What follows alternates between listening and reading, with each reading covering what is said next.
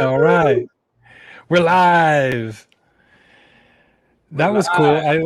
I like that song. Welcome everybody. That was called "I'm With You." The music little clip that I put to the countdown. It was like "I'm with you," and I was like, oh, "That's uh, perfect for today, bro. Because I'm with you. I'm with you. I'm with you. We're here." We're here. All right. So this is how we originally got started. Was just you and I talking and forming our themes and things like that. So that's what we're doing today, and we're gonna have some fun. Um, we had a somewhat of a last minute cancellation on our live super guest, but she's going to be here in like 3 weeks, and so that's okay. We're improvising, and so what we are doing here is we are. Well, I guess the title is still Hospitality Honoring Visionaries and People Who Move, right? So, and I always have to welcome our millions of viewers globally. Thank you very much for watching and listening. Uh, I'm Adam Zembruski with Hospiamo. That guy right there is my brother, Matt Zembruski with Agile Game Changers. And we're getting pretty good at this. So I'm going to show off a little bit. So, boom, contact Adam at Adam@hospiamo.com. Boom, contact Matt at agilegamechangers.com. Boom, Hospiamo.com. Oh yeah, we got 75 people that have signed up for the pledge. So we have a hospitality industry impact pledge. And if you're interested, send us a text. Send impact to 704-702-2221. Boom. Join the hospitality leadership revolution. Hospiamo.com/join. And we're going to Boom. get started. So check this out. Boom. Bro, you don't even know this, and so we are doing a fun contest today. So, Hospiamo represents the underappreciated, the unsung, the regular person leading hotels, managing restaurants, food service, accommodations, hotels throughout the United States, and so. We the also the historically marginalized communities and populations, and the call it the those with barriers to employment, right? So we're going to actually honor one of those heroes. Many of these heroes have offered that opportunity for all of us that we have today. So that's one of my favorite movies that we're going to be discussing. Um, and so the contest is related to that. So what Hospiamo started a couple months ago was to really, it was inspired by this live streaming that we're doing, and also a bit of podcasting, interviewing, and things like that. So people started to ask me. I've interviewed thousands in the hotel industry, right? I've made good decisions, not so good decisions, for ourselves and also for other people. But mostly I got pretty good at it, right? And still, there's no absolute science. Um, and I have like 3 or 4 questions that I have been asking every single interviewee for about 20 years almost. And so I don't usually give those out. But if you've been interviewed by me in the past, you've heard them before, and there are no right or wrong answers. And so I got pretty good at it. And so with COVID and everything that happened, I started just interviewing people for like hospitality management companies and hotel management companies just as a favor, because not that it was wrong for people to leave the industry. They had to go find jobs somewhere and find an income during that time. But when they wanted to return, right, um, what happened was they had a new barrier to employment because they had a gap on their resume. And it really bothers me personally that that is still an issue and still a question on everybody's mind when they're asking questions about, tell me about this gap in your resume. Well, there was a global pandemic. Oh, and then the questions start like, why didn't your company retain you? Like, were you not good enough, and all those kind of things? And it's just ridiculous. And so, um, I have a unique, somewhat unique, very conversational interviewing style, right? And I really get to the character and of the person, and I allow them to see my character, right? So it doesn't really matter if I represent my company or somebody else's company. I try to get to a bit of their own truth, their own what their motivations are and things like that. So I started recording them, and management companies started to offer us payments. They wanted to pay for that time because it is incredibly efficient. Schedule a 30-minute interview with Adam, boom, record it, boom, it's theirs. They can do whatever they want with it, and they get information that they would normally need to. And I do a little legwork for them too, a little studying and about their history. So we'll get started. But the contest here, bro, is we are going to be talking about the unsung and the underappreciated movies and books that have, and also the misunderstood, maybe, that have really affected you and I personally, and also in our business and our becoming entrepreneurs and just being, independent in our life and living a good life. And so I'm excited for this. And so I have a book and a movie, and you have a book and a movie. We're going to be talking about each one. I set up some quotes here that we'll go through. And here are the books. Don't read ahead, everybody, but that's okay. It's not a surprise. The contest is anyone out there listening and watching. We have some regular guests, Matt, that make comments like thumbs up and good job and thank you very much for watching and all that kind of stuff. And so, if you're listening and watching, it's easy to do on YouTube, Facebook, or LinkedIn Live here where we're broadcasting. Make a comment of a movie or a TV show, even, or a book that has positively affected your life. Try to keep it something like not a cliche that everyone thinks is effective. Maybe something that's forgotten, or maybe something that you have also forgotten about that you are bringing up. So if you make a comment here, you'll be added into you'll get an entry into a raffle. And then after the show today, my brother and I are going to pick one randomly. And what you win, there's three choices. I tried to make it for everybody. So um, three options for a recording session here. So for workers, for hiring managers, and then for hospitality entrepreneurs and leaders. So the for workers and leaders seeking jobs or barriers to employment, it'll be a 30-minute interview for me, but it's mostly not really an interview. It's mostly for me to help you interview because of that whole he or she doesn't interview well crap that's still going on today again, or you didn't present well. I'm going to help you build your confidence and get you into a job, a good job within hospitality if you want. And for hiring managers, it's a time saver.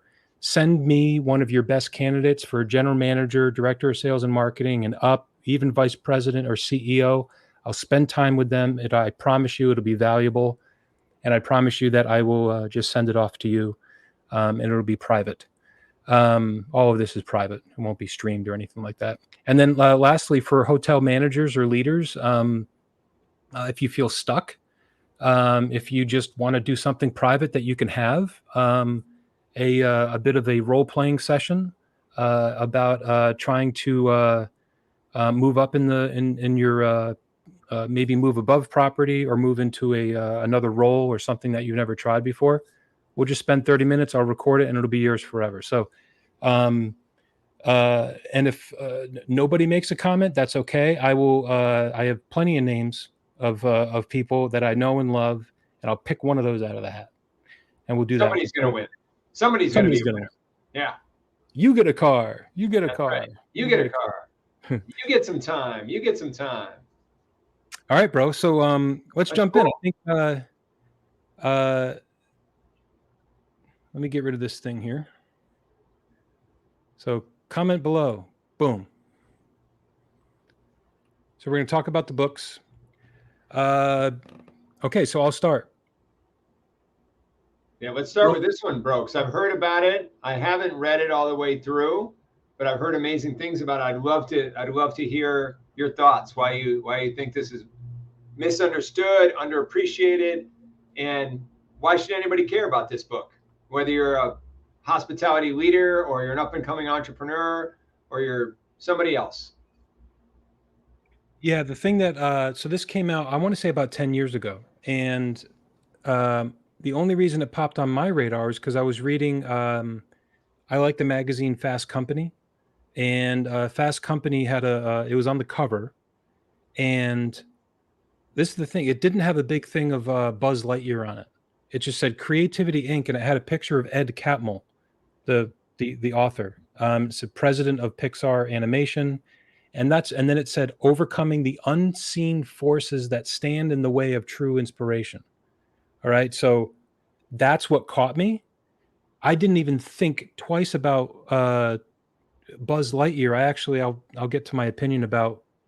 I think that made people misunderstand this book, and they may not have picked it up because they think it's a story of maybe Buzz Lightyear, maybe Pixar, but really. So I read the excerpt of the article or the book in the magazine, and the stat that they threw out, and I might be getting it wrong off one or two, but in the history of film, Pixar is the only film company to have it was 14 movies in a row that uh, premiered or yeah, I guess premiered at number one. Wow. 14 movies in a row. Amazing. Yeah, and it was like maybe a year before. Maybe it was right when I think "Let It Snow, Let It Go." Frozen. Frozen, or Frozen came out, and so that came out, and I think that was their 14th. It might have been their 12th, 13th, or 14th, but That was definitely number one. and back then, Gabe and Eva, the kids were just about 4 or 5, 6, 7 years old or so, and so we were big into those. But anyways, so I read the article, and the article was all about how this guy Ed Catmull. I'll try to make this concise. It's not a book about Pixar. It's the whole history of Pixar, but it's right here. I found this online. This probably is going to be the best. This is the sketching Scrum Master that I told you about that I found. Yeah. Her name is like Tanya. I don't know her. I found her. I found this by looking up Creativity Inc. and she's in South Africa. She's also a Scrum Master, bro. It's pretty cool, pretty fascinating. I'm gonna reach out to her. This is cool. Very, very cool. I love the visuals, and obviously I love Scrum Masters, so I'm gonna have to meet her. It's very agile. Very agile. The book is very agile because when they talk about creativity, I'm still at this point, but I'm a little bit better. But we in hospitality and hotels, like general managers and like operational managers, housekeeping managers, bartenders, servers, are massively creative. Okay, massively. There are a ton of ideas that go on in the underbelly of those stand-up meetings that we have, and that's a beautiful thing. But a lot of times, those ideas that somebody has, this is how I felt probably for the first 10 years of my career. Those ideas that I had, and I'm speaking for probably thousands and thousands of people, rarely go anywhere. Like, how do we make parking better for the guests? Our employees have to pay for parking. Does it have to be like that? And so it just becomes a question and an idea. And then like you say it in a meeting and it's like, that's a great idea. Let me write that down. It just kind of goes nowhere. And then if you have something that is accepted and absorbed, and I know this is not just exclusive to hospitality and hotels, but a lot of times that idea is challenged in a culture that it becomes like combative and conflicting, and it makes the person feel bad for even having that idea. Yep. So this is fascinating sketch that she put together, and by the way, was Ed the CEO or what was his role over there? Sorry. So Ed Catmull, he worked before it was called Pixar.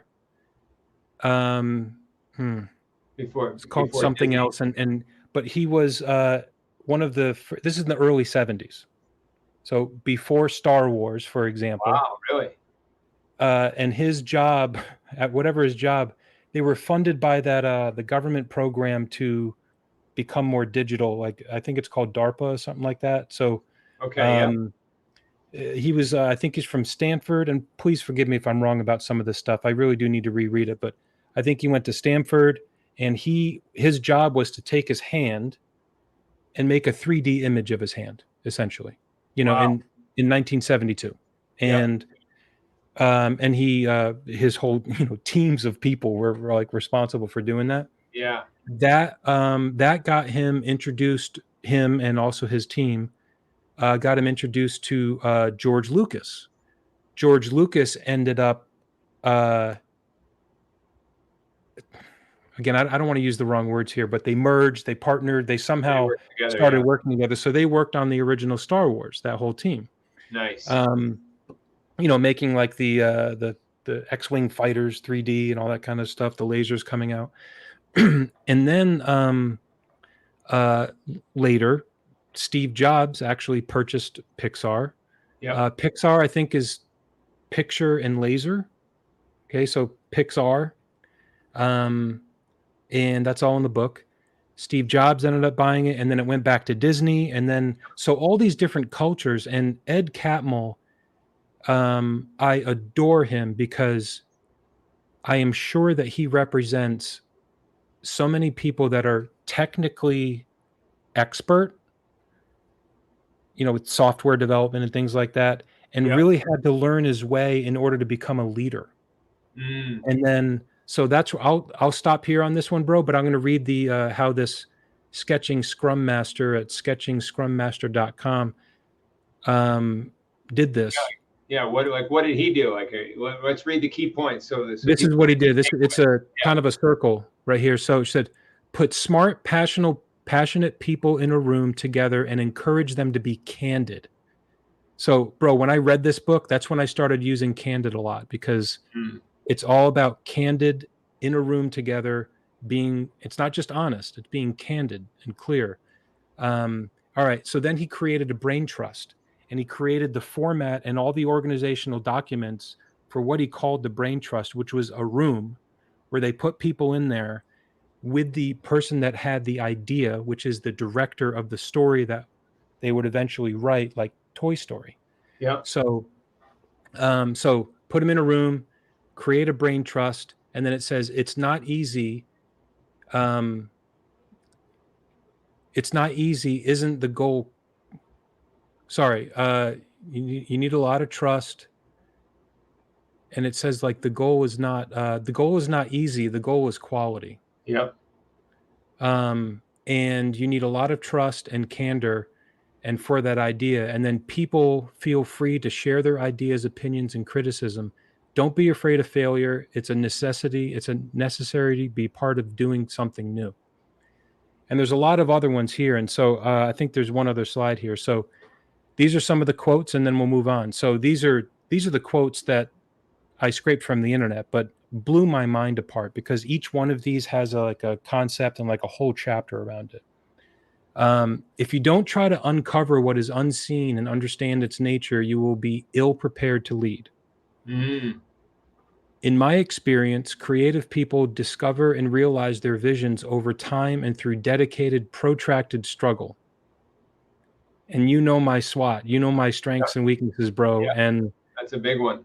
that's a big one for me. Protracted means long time, Yeah. right? Yeah. So it's hard to see a vision through, and you got to stay persistent. So and then but there are times when a critic truly risks something, and that is in the discovery and defense of the new.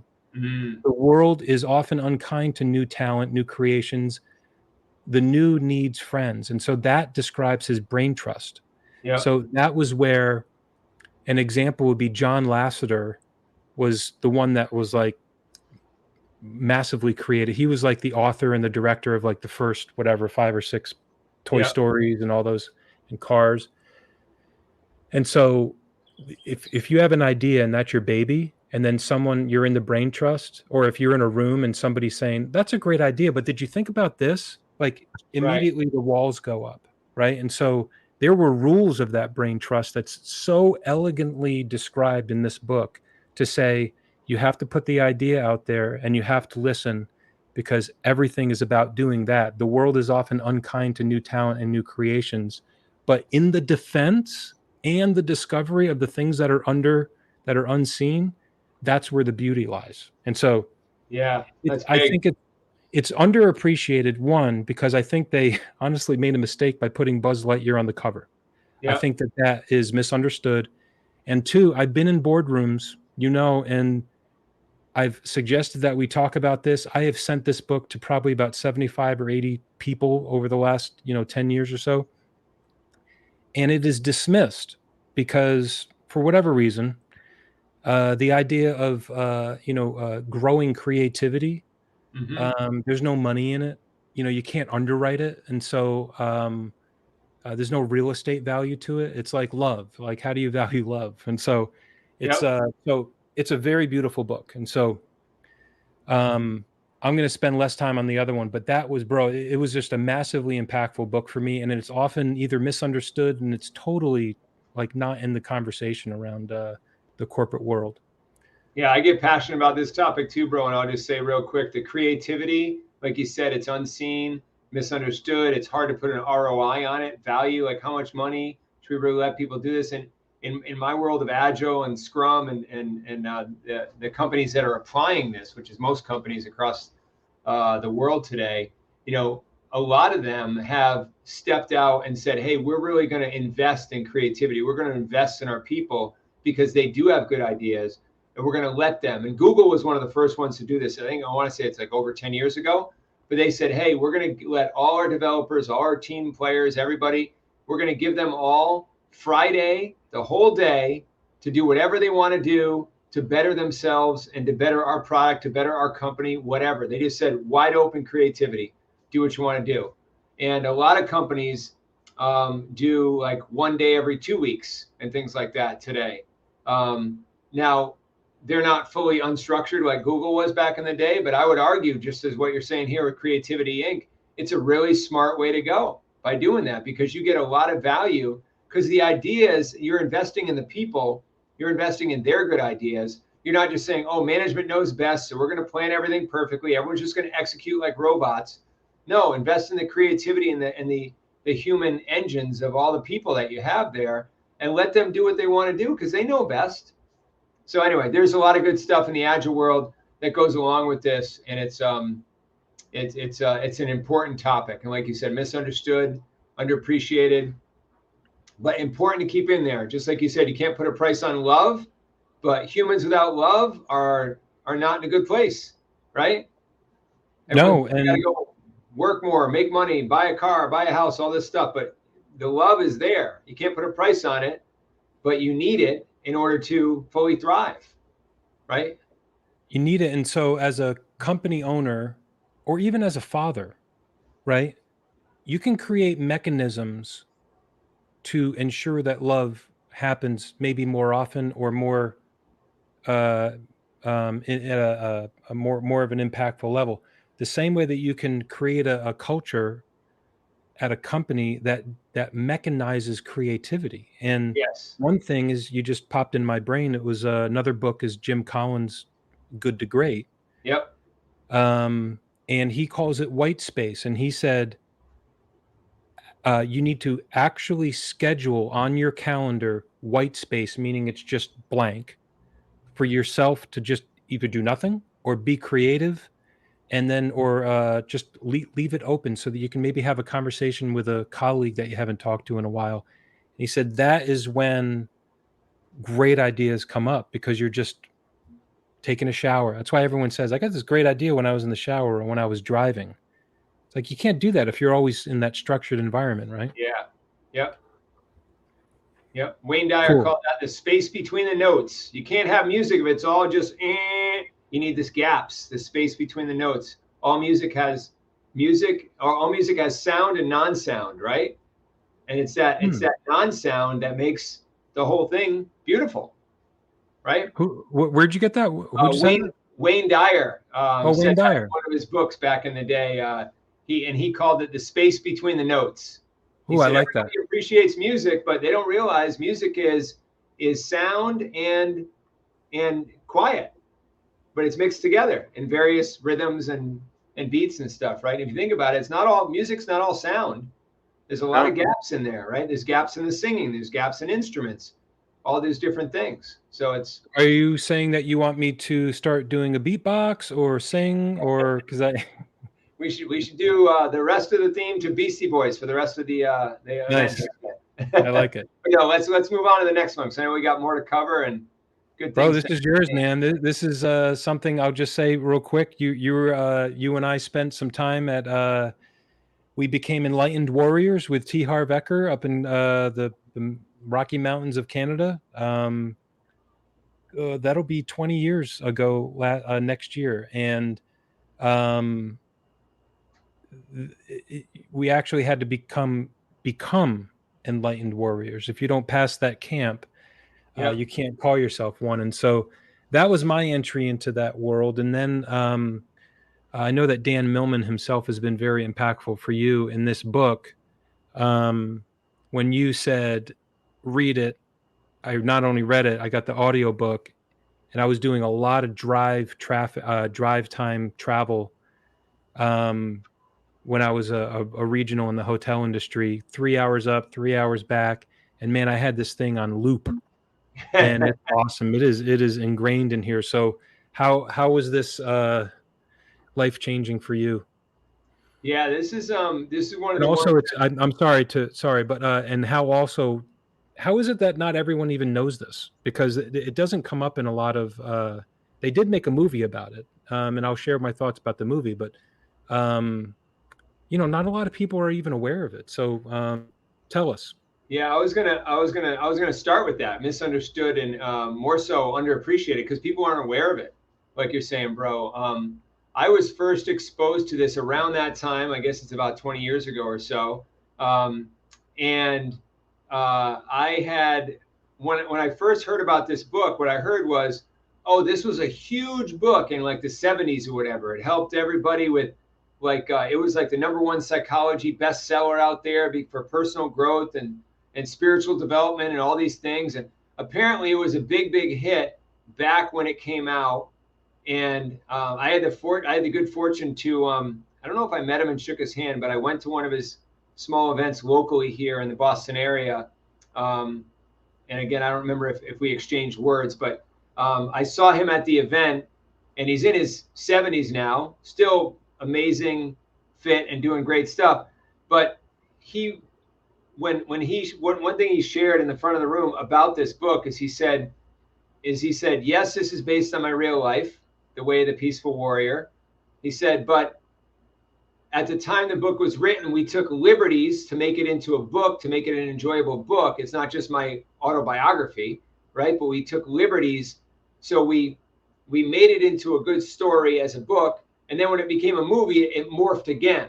So just so everybody knows, yes, it's a true story, but it was made into a story as a book, and then it was made into an even simplified story to make it into a movie. Because a movie, you don't have a book, you can get a lot more done with words. So I heard about this like 20 years ago, and I said, why haven't I heard about this before? Because again, it's an older book. It gained some new popularity when it was actually released as a movie and it came back. But about 10 years before it was released as a movie, I heard about it and I got introduced to it through one of my best friends now, who's he still is a fitness trainer. But one of my best friends, Andy Block is his name. And he said, I remember I was like, oh, I just heard about this book. I'm going to get it on Audible, and I think it's pretty good. What do you think about it? And he was literally, I remember he was sitting down at a desk, and fitness trainers usually never sitting down, but he was planning something. He was like running a whole studio at the time. So it was off hours. He was sitting down, and it was early in our friendship. And I remember he said, and I said, oh, have you heard of The Peaceful Warrior? I said, I just started listening to this on Audible. I said, it's pretty good. He says, that book is my Bible. He says, I read that book every year. I read it again and I take more from it. So when he said that, it hit me right between the eyes, because this is a person I respect a lot for the way he operates and the way he lives and all this and what he's done.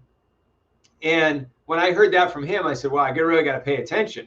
So I got into the audiobook and then the book, and then eventually when the movie came out. So why does that matter? I think it's I think it's underappreciated because people forgot about it. It was a big deal, I think, back in the 70s. But then we all were born and grew up, and then more people were born and grew up, and the book's way in the past, right? So when the movie came out, it got a little bit of a resurgence, but they didn't spend a lot of money on the movie, I'll tell you. Nick Nolte's in the movie, which is great. If you're a big fan of the book, highly recommend the movie.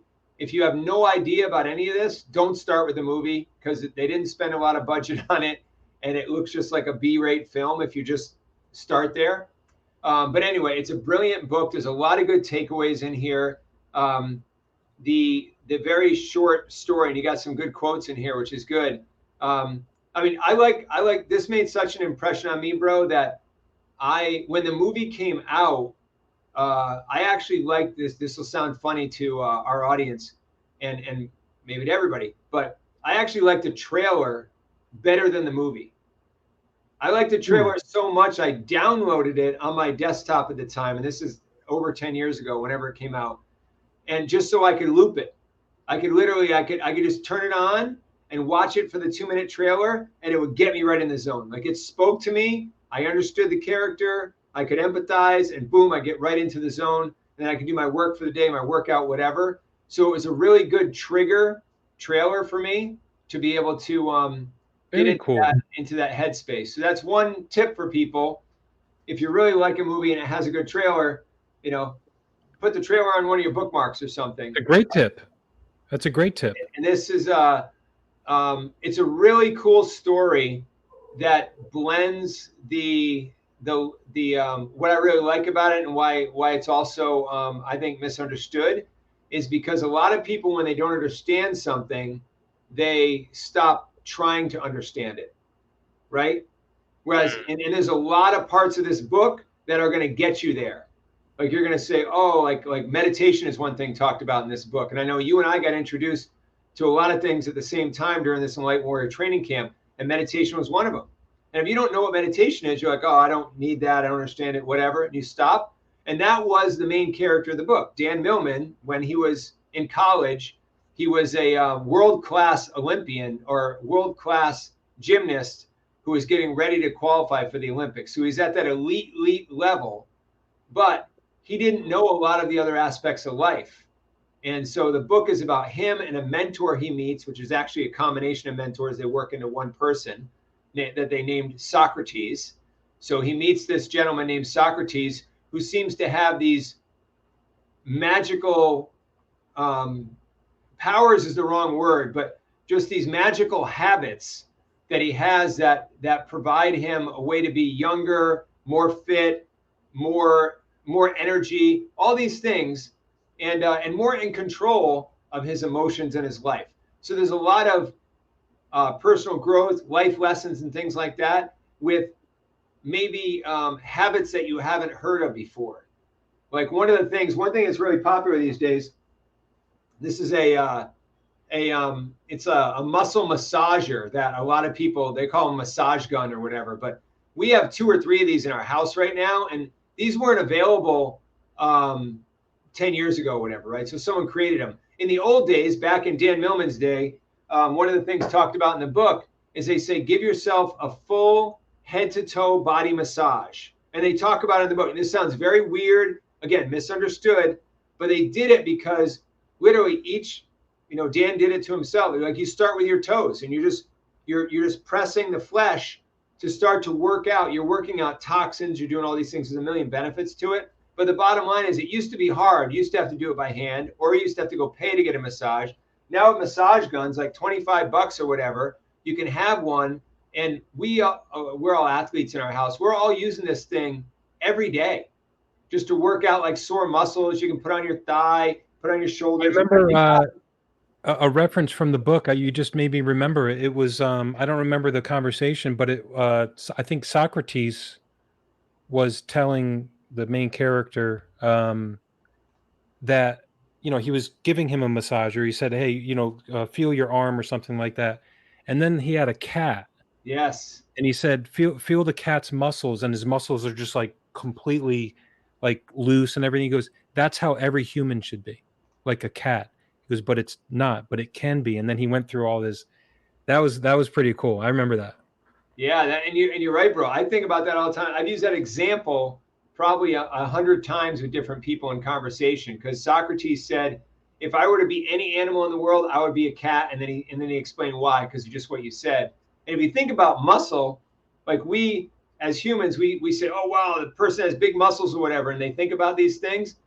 You don't need a big muscle unless you need the muscle, right? So what a cat does is a cat has the muscle, but if you touch the cat's, like if you touch your bicep right now, you're going to feel muscle, muscle, muscle. You're going to have to push hard to get to your bone, right? I mean, that's just what it is. You touch a cat, you feel bone everywhere. But Yeah. if a cat's getting attacked, boom, it's solid muscle. Like it Yeah. instantly just like solid muscle. So, and again, we're mammals, right? We're the same type of being, so we can be the same way. And anyway, there's a lot of good stuff in the book that goes into that, and you have some good things in here about. There's I won't share with it, but there's a really cool part in the book that bangs that first quote home right there. The journey is what brings us happiness, and a lot of people have heard this before. They think it's very cliche, but if you read the book or listen to the book, and when Dan discovers that what makes that quote part of the book, when he discovers that it's about the journey, not the destination, it's an amazing little story that's in the book that shares it. And if you can picture yourself as Dan, you're going to get it like that. You're going to get it. So it explains a lot of human psychology through stories, through the real life stories of Dan Millman, and that helps a lot. I think it's like it helps you be Dan in the first person or be as him as you're going through the book, and you'll say, yeah, if I was struggling with that, I wouldn't think meditation could help me or this could help me or that, but maybe I should try that, right? So anyway, there's a lot of good things in the book. Highly recommend it. Kind of into And that too, and I agree with you about the whole cliche thing. I think it is um, taking a quote like this. It's about the journey, it's not the destination. Taking that at face value is completely worthless. right, Worthless. It's like, oh yeah, of course it is. Like it's, but if you take it and you take maybe in your white space a couple hours, and maybe you talk about it, like you and I have, yep, you start to remember things just as in the book, and we didn't really make a rule, but we won't give away stuff on this yeah, show. we're not going to give Okay. it away. No, But I had a moment, many, many, many moments in my life where I was working really hard for something, and then I won. Right? I got an award, or I got asked to speak, or I yeah, got a promotion, and I was like, "Nice. This yeah, is huge, huge, huge." And then the next day, it's like, "Oh, well, I gotta what?" Sometimes you can fall into a you go from a high to a low, yeah, right? And so, yeah, that book is fabulous and so clear and concise about the storytelling of that experience. yeah. I'll never forget it. I'll just tell you real quick. The reason why I have the wise man and the farmer, the good, bad, and who knows is that's something from this book that I have shared with probably 100 people. And very quickly, I'll just share. It's in the book, and I don't think I'm giving anything away. But he tells the parable. Yep, Socrates does about, and I'm going to butcher it, but a wise man goes to visit a farmer. Um, or a wise man's talking to a farmer, right? Uh, and goes to visit him, and I guess his best, he's got a team of horses, and his best yep, horse runs off, and the farmer says, "I am so much in trouble. This is horrible. This is horrible. Is my best horse now? I can't do the harvest. I can't do all the things I need to do. He's gone." And the wise man says, "Is it good? Is it bad? Who knows?" And then later on, the horse comes running back from the woods, and comes back, and the horse says, "Yay! Is it good? Is it bad? Who knows?" And then his son is riding the horse and falls and breaks his leg. And his son is a major helper to the farmer. Is it good? Is it bad? Who knows? And then war breaks out, and the army comes and says, "Hey, we need all the able young men to fight in the army," but he's got a broken leg, and so they can't take him. He goes, "Oh, thank God they're not taking my son to war." Is it good? Is it bad? Who knows? Um, and I think there's one more. I can't remember what it was. But that's the Yeah. whole, the whole thing of it's like this attitude and mindset. When you're reading this book, it's just, it brings you into that feeling of like, wow, I really did not look at it like that, where Yeah. it's just going to get better. It's tomorrow is going to happen, and this too shall pass. Or this too might be amazing right now, but that is also going to pass. Exactly. It's all perspective, bro. Our friend George Zalicki, who I haven't talked to in a long time, but he always used to say a quote, which was a very, very short version, maybe, of that parable. I don't know where he got it from, Shakespeare or somewhere, I think he said, but he said, two men sat behind prison bars. One saw mud, the other saw stars. So if you think about that, like an outdoor prison, so it's outdoor, you got the prison bars. One's looking down in the mud like, oh man, I'm in prison, can't do anything, I'm in the mud. The other one's looking up at the stars like, wow, getting out of here. There's some good stuff that's going to happen in my life. Right? It's all perspective. Yep. Right? Two people watch the same movie, they get different takeaways. So good stuff. I love it. You're going to continue on. This is a movie that you selected that has blown your mind. Probably has some hidden meanings, and I will tell you that I have not seen it yet. And probably the same reason that most other people haven't seen it is like, it's Mr. Rogers. Okay, I get it. It's all cliche. It's all Yep. just like he's going to say life is beautiful, and it's so whatever. And this is how friendly I was. I imagine it's not exactly like that. It's not like that at all, actually, bro. Yeah. So you and I grew up in a different time, and to anyway, we didn't have TV really, I think, at all for a while, and eventually we got TV. Eventually we got cable when we were teenagers or in high school or whatever time frame. But the one thing we knew is that there was this thing called Sesame Street, and there was this thing called Mr. Rogers' Neighborhood, because maybe when we were 8 years old or 9 years old or something, maybe one of our friends talked about it or was there or whatever. Anyway, my point is that there weren't a lot of popular TV shows back then, because that was the beginning of TV in the 70s. And then the 80s, it sort of became bigger. But Mr. Rogers' Neighborhood was one of them. And it was a children's show, sort of like a Sesame Street, sort of like there's a lot of cartoons and stuff now, like Elmo and all these different things that are out there. But my concept of Mr. Rogers' Neighborhood was, because it was a show, and I'd only seen it maybe a handful of times as a kid, but it was like, oh, it's a nice man named Mr. Rogers, and he tells nice stories about people and puppets. He has some puppets and real people and some different stories. So it's storytelling with people and puppets, and there's lessons in there and stuff. So that was my impression of it. And I was like, oh, it's good. Again, as a viewer of a show. So that's what I went into the movie, and I think one of the reasons it's misunderstood and underappreciated is because, like you said, people say, oh, it's Mr. Rogers. We already know who that is, or we don't know or don't care. And oh, it's a documentary. Oh, great. Documentaries don't get as much unless people are really into the topic, right? So they don't get as many viewers. But I'll tell you, and you and I are both in different industries, bro, but we both put people first. We were born and raised in a household that put people first. And I watched this whole movie all the way through, and everything from my childhood wasn't even in the movie at all. It was literally behind the scenes, Mr. Rogers as he lived his life. And yes, part of it was doing the production of his show, but it was all behind the scenes. It was him as a person, how he lived his life, how he operated. And when the movie was over, bro, I was speechless. I couldn't even say anything. I was so blown away. And the one word that kept hitting me like right between the eyes was empathy. I've never seen a movie where the empathy of an individual to all all humankind and all living creatures and beings was so strong and so pure, almost like a Mother Teresa level of Hmm. connection with the world and caring for the world and acceptance of the world.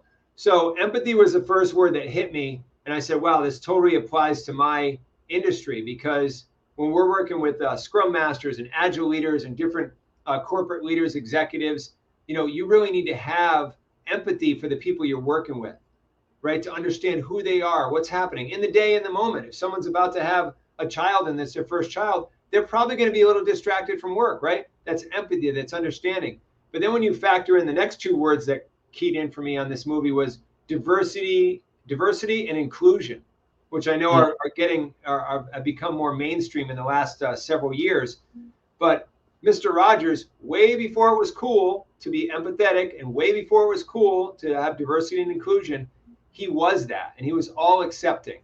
And there's a lot of examples in the movie where and the other thing that was amazing about this movie, so if you put yourself in his shoes and watch this movie and ask yourself all throughout the movie, if I needed to or felt it was the right thing to do, could I act like he acted in that moment?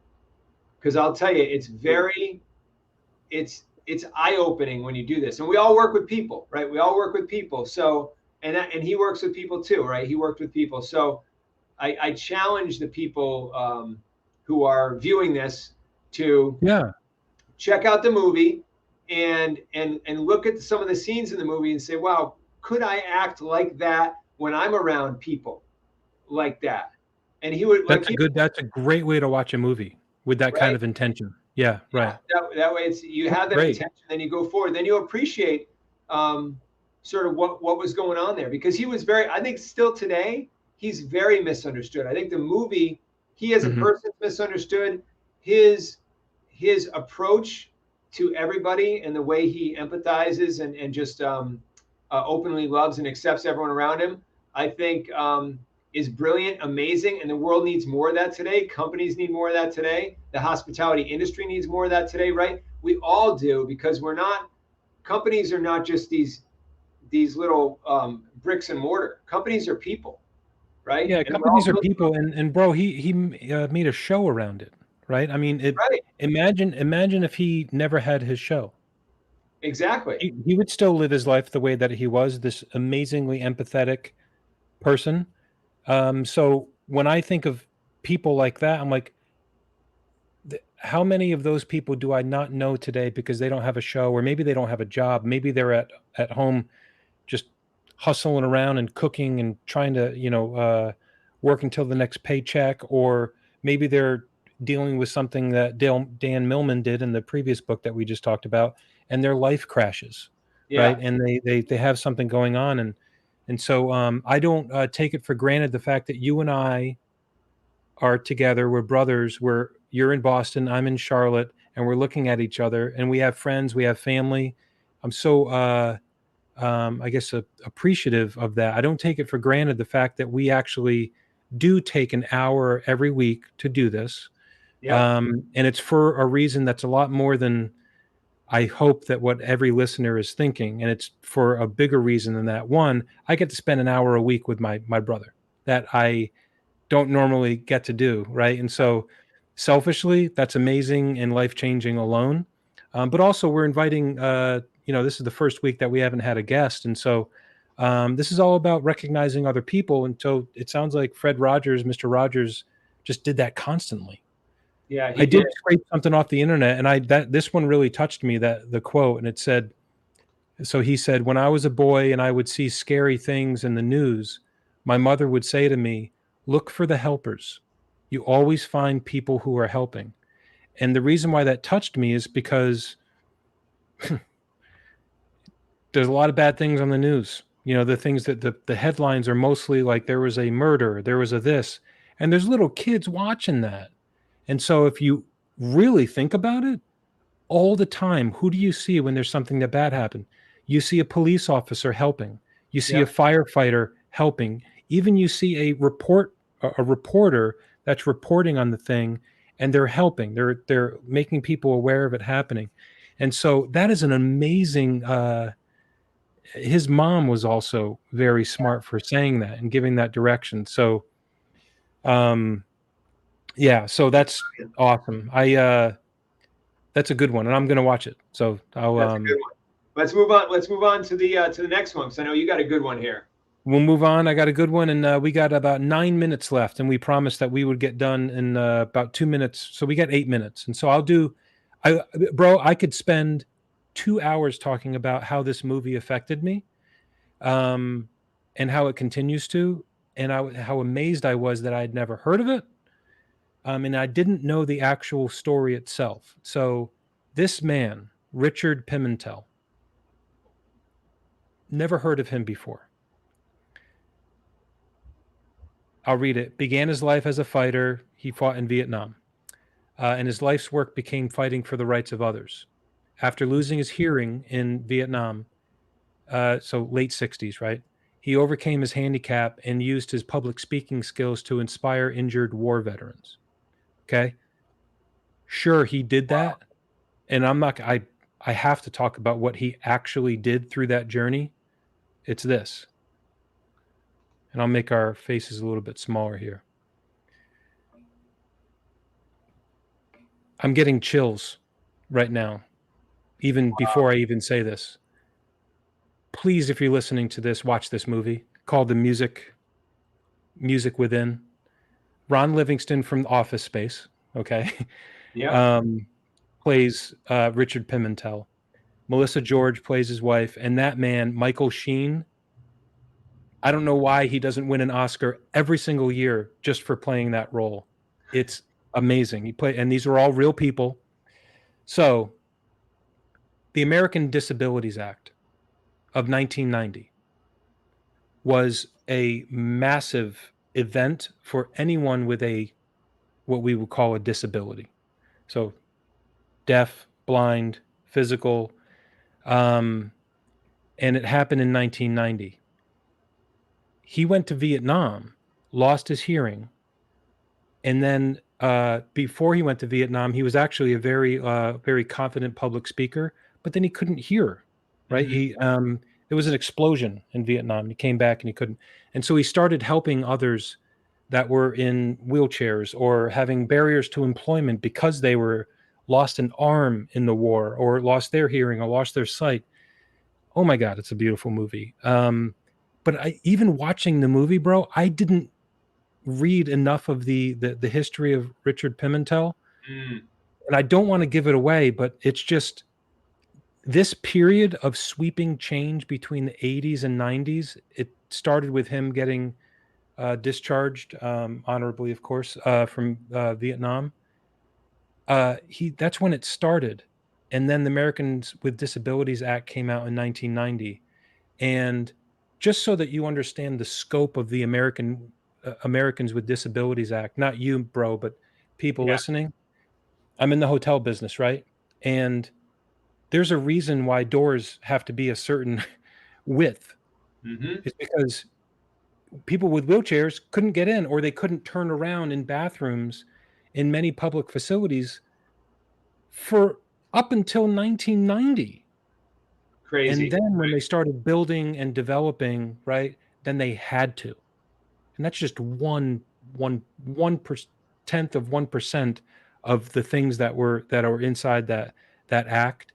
And so the fight, oh my God, the challenge and the sacrifices that man had to go through is all and it's a beautiful love story. It's a beautiful friendship story.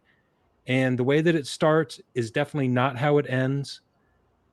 And it's just a beautiful thing. And so I made a post on LinkedIn before we went live, and I just said, if you're watching, that's great. But if you don't watch, look up Richard Pimentel. Learn about how to find out his email address and just send him a note and just say thanks. That's it. Just if you're listening, anybody, just say thanks. He'll know. Right? This one would not have happened either. And Hospiamo is getting involved in this process, the Workforce Innovation and Opportunity Act of 2015, also massively impactful to the life of people working.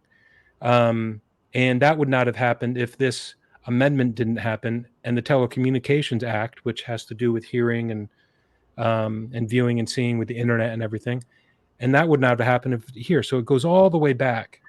And disability legislation timeline, it starts in 1800s, but really the period of sweeping change is this dude right here. I'll tell you, man, this guy, unsung. Everyone needs to know his name and cheer it. So last is so again, I could spend 3 hours. Last one here is bonus round. Bonus round.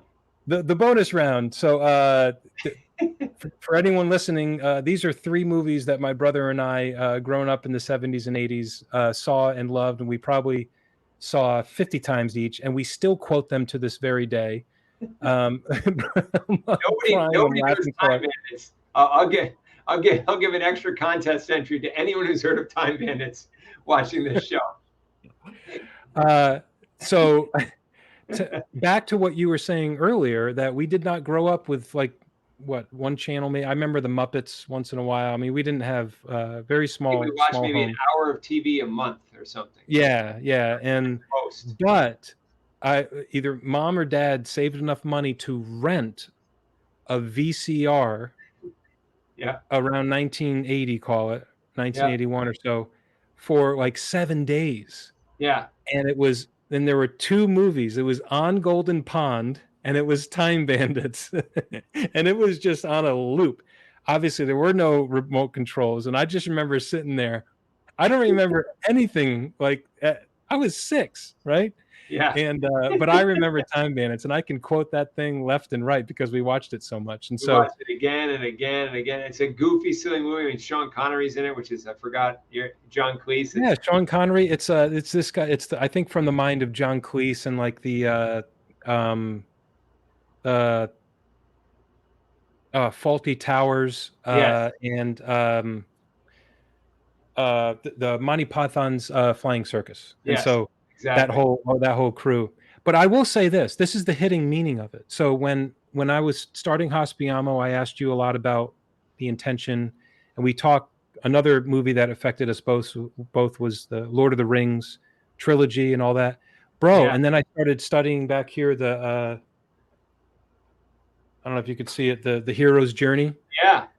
Which is the John Joseph Campbell's. Yeah. It inspired Star Wars. It inspired a lot of great storytelling stories. And bro, this follows that timeline to a T. The hero's journey, and it's really cool.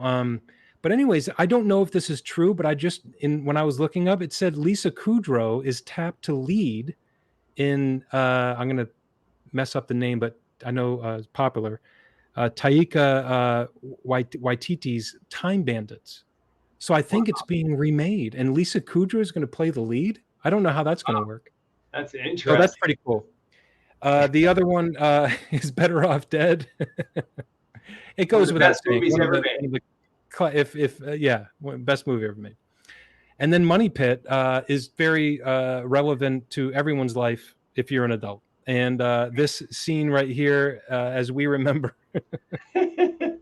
he's looking down, and that is at his bottom. Yeah. He's had enough, and he completely loses it and starts laughing. So these are 3 great movies that have whatever meaning you want it to have. This man right here is Charles DeMar. If you want to know a character that you've never known before, get to know Charles DeMar, and he'll make you laugh. Yeah. So, bro, we are out of time, man. This Great was very today. cool. I loved it. A lot of stuff from the heart, a lot of important things, some silly things. Hopefully, some of our million viewers got something out of it. And hey, you know what? If anything, it's the journey, right? We got here by doing this, and I actually had a lot of fun making this. Yes. I'm getting pretty good at Canva, so it's about the journey. I'm learning about all that kind of stuff. So, all right, we are going to sign off. Bro, I love you. And we are doing this again next week, live, episode number 8. We are speaking with a wonderful, amazing individual who is a Portuguese interpreter. Yeah. And that's where I'll leave it at that. And Yeah, she's an entrepreneur and an amazing guest that she's going to be. So thanks everybody, and we'll see you next week. love you too, bro. Great stuff today. See everybody next Great week. stuff today. Love everybody. Bye-bye.